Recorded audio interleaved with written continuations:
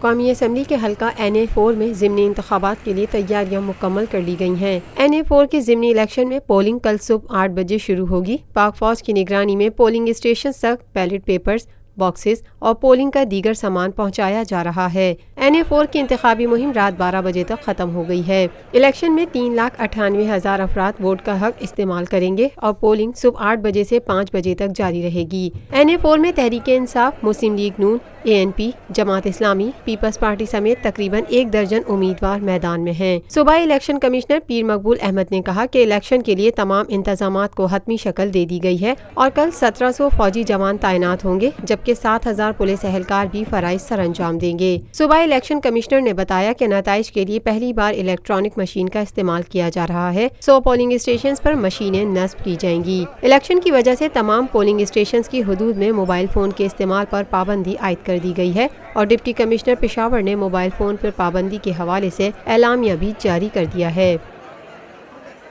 Lotus Lake Towers, a groundbreaking endeavor by Lotus Properties.